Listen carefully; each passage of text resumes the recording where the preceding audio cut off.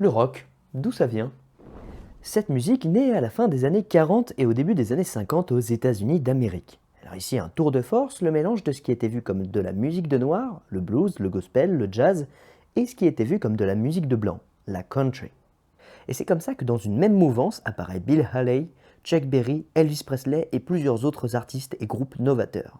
C'est là que naît le rock and roll. D'ailleurs, pourquoi on dit rock and roll?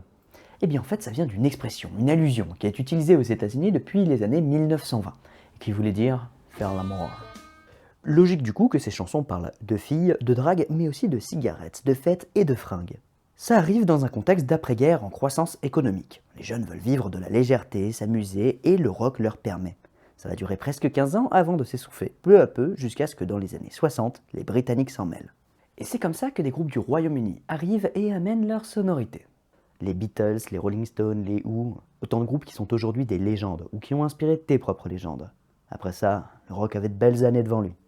Plus besoin de te demander